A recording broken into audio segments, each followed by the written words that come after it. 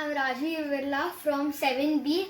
I'm going to show you an experiment on fire in vacuum. So we need half glass of water, one bowl, one candle and box of matchstick. We'll put water.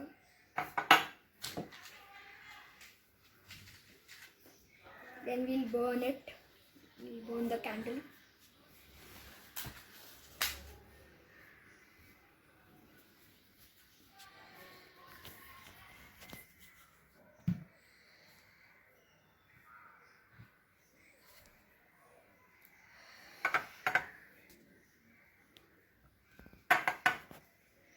Then we'll put glass into it.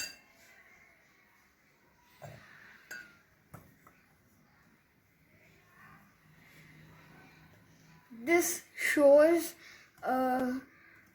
fire needs air.